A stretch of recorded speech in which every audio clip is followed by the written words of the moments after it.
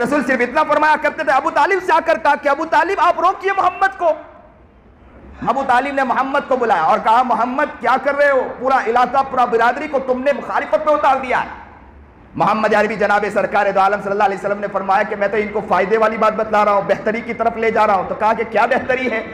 تو کہا بہتری یہ ہے کہ اگر یہ ان پر کر لے نا، اگر یہ اس پر اتر آئے نا، اگر صحیح معنی میں اس میدان میں اتر آئے تو آپ کو پتا چلے گا کہ ان سے اتنا ان کو اتنا نفع ملے گا، اتنا فائدہ ہوگا کہ پورا عرب جو ہے نا ان کے آگے سر کو جھکا دے گا، اللہ وہ مقام دے گا اگر ایک کلمہ یہ پڑھ لے. تو کہا کہ وہ کلمہ کیا ہے؟ کہا ایک کلمہ کیا، 10 مرتبہ پڑھنے کے لیے تیار، کلمہ تو بتلاؤ.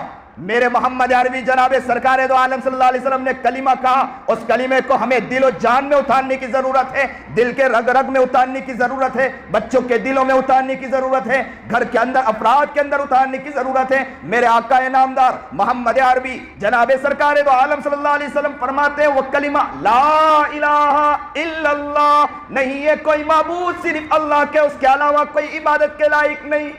یہ کلمہ پڑھ لے کامیاب ہو جائے گا. ایک کلمہ کہا، وہ کفار ہنستے ہوئے نکل گئے کہ ایک کلمہ اتنے سارے معبودوں کو ٹھکراتے ہوئے ایک اللہ کی طرف بلا رہے.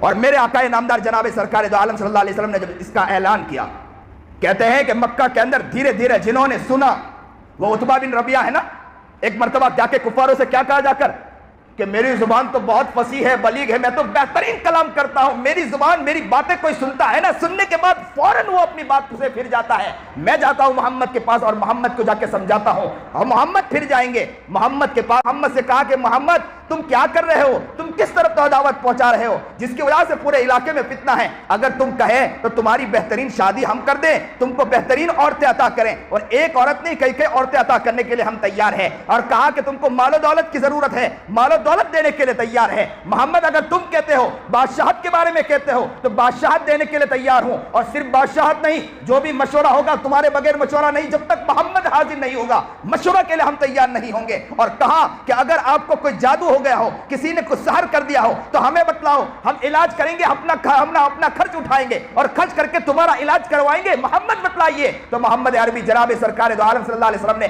سورہ حمیم سجدہ کی آیت پڑھنا شروع کی. پڑھتے چلے گئے. عتبہ بن ربیعہ سنتا چلا گیا. محمد قرآن کی آیت پڑھ رہا ہے. کون پڑھ رہا ہے؟ محمد پڑھ رہا ہے. کون پڑھ رہا ہے؟ میرا آقا پڑھ رہا ہے. کون پڑھ رہا ہے؟ میرا محمد پڑھ رہا ہے. جب کوئی ایک عام انسان قرآن پڑھتا ہے تو لوگوں کے دل کے تار ہل جایا کرتے ہیں. کوئی ایک عام انسان قرآن پڑھتا ہے اس کے دل کے تار کے اندر کھلبلی مچ جایا کرتی ہے. کوئی عام انسان قرآن پڑھتا ہے اس کے دل کے اندر جھنجھناہٹ پیدا ہو جاتی ہے. تو یہ کون قرآن پڑھ رہا ہے؟ میرا محمد پڑھ رہا ہے. کون قرآن پڑھ رہا ہے؟ صاحب قرآن خود پڑھ رہا ہے. اور کیا پڑھ رہا ہے؟ سورہ حمیم سجدہ پڑھتے جا رہا ہے. سورہ حمیم سجدہ پڑھ رہا ہے. عتبہ بن ربیعہ سنتے جا رہے ہیں. تڑپ گئے، مچل گئے، یہاں تک کہ محمد عربی جناب سرکار دو عالم صلی اللہ علیہ وسلم نے سورہ حمیم سجدہ پڑھتے پڑھتے ایک جگہ وہ آیت پر پہنچے جس آیت پر وہاں فرمایا گیا کہ جس قوم نے کسی کی باتوں کو نہیں مانا تو قوم عاد اور قوم سمود کو اٹھا کر ختم کر دیا گیا. محمد عربی جب یہ آیت پر پہنچے، عتبہ بن ربیعہ نے اپنے ہاتھ کو اٹھایا اور ہاتھ کو اٹھانے کے بعد محمد کے منہ پر رکھ دیا، اور محمد کے منہ پر رکھنے کے بعد کہا محمد اس کے آگے الفاظ نہ کہے، اس لیے کہ عتبہ بن ربیعہ کو معلوم ہو گیا یہ محمد کوئی ایرے گہرے انسان نہیں ہے. یہ کلام جو پیش کر رہا ہے کوئی چھوٹا موٹا کلام پیش نہیں کر رہا ہے. یہ کلام وہ کلام ہے جو صحیح اور حق پر نظر آتا ہے. یہ کلام کوئی چھوٹا موٹا کلام نہیں ہے. محمد کے رکھ دیا اور کہا محمد اس کے آگے نہ کہیے، اگر ہو سکتا ہے